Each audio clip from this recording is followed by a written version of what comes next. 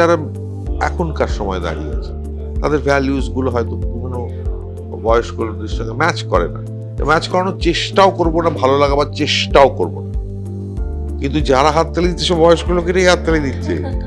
So that is the thing, to be able to do what you want to do. এবং যারা করবে সেটা তারা টিকে থাকবে, যারা করবে না তারা চট করে নাম করে, চট করে এটা করে, চট করে বাজার গরম করে, চট করে হল ভর্তি করে বা হাউসফুল, অলমোস্ট হাউসফুল বলে প্রমাণ করার চেষ্টা করবে হল ভর্তি। আচ্ছা, অলমোস্ট হাউসফুল মানে কেউ যদি আমাকে বলে অলমোস্ট হাউসফুল বলে হাউসফুল নয়, হয় হাউস না, প্রায় হাউসফুল বলে কোনো কথা হয় না।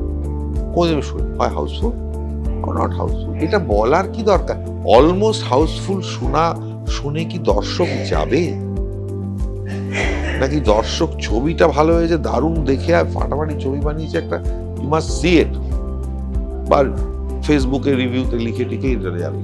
সো একটা সার্টেন প্রচার দরকার, নিশ্চয়ই দরকার। আমরাও দেরি হয়ে গেছে প্রচারটা, আজকে এসছি এখানে প্রচার, আমিও এসছি, কিন্তু সেই প্রচারটা করতে গিয়ে শুধু ছবি প্লিজ দেখুন, না দেখলে ক্ষতি হয়ে যাবে,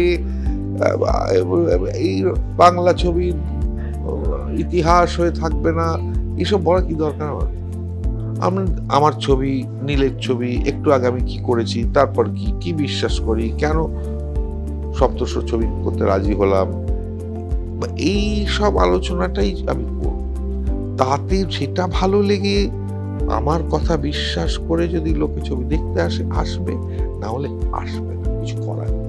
সিনেমা ইজ আ ক্যাম্প।